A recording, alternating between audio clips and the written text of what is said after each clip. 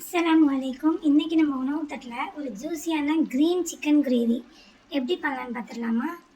ஒரு கடாயை அடுப்பில் வச்சு 3 டேபிள் ஸ்பூன் ஆயில் ஆட் பண்ணி ஒரு துண்டு பட்டை, 2 கிராம்பு, 2 ஏலக்காய் இதை நல்லா வறுத்து எடுத்து வச்சுக்கலாம்.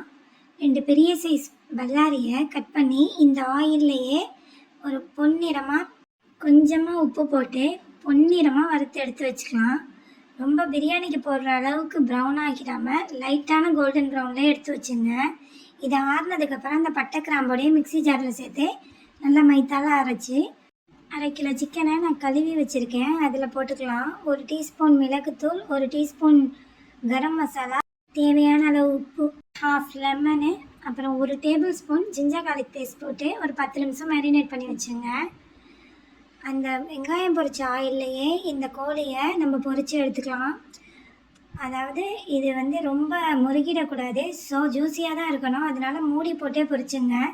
ஒரு பக்கம் பொரிஞ்சதுக்கப்புறம் இன்னொரு பக்கம் திருப்பி போட்டு ஒரு 2 மினிட்ஸ் பொரிச்சுக்கலாம். இது இப்படியே குக் ஆகட்டும். மீன் ஆயில் ஒரு மிக்ஸி ஜாரில் ஒரு கைப்பிடி அளவு மல்லி, ஒரு கைப்பிடி அளவு புதினா, 2 பச்சை மிளகாய், ஒரு 10 பாதாம், 10 முந்திரியை நான் சோக் பண்ணி வச்சுருக்கேன். அதையும் ட்ரைன் பண்ணி இதில் கொட்டி நல்லா பேஸ்ட்டாக அரைச்சி எடுத்துகிட்டு வந்துடுறேன். இது ஒரு வீடே மணக்கிற மாதிரி ஒரு டெம்டிங்கான ரெசிபி. இதுவரையும் ட்ரை பண்ணலன்னா கண்டிப்பாக ட்ரை பண்ணி பாருங்கள்.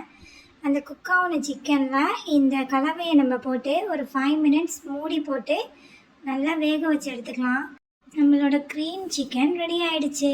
ஒரு அடிப்பொலியான ரெசிபி. கண்டிப்பாக ட்ரை பண்ணி பார்த்துட்டு கமெண்ட் பண்ணுங்கள். என்னோட சேனலை புதுசாக பார்க்குறவங்க சப்ஸ்கிரைப் பண்ணுங்கள்.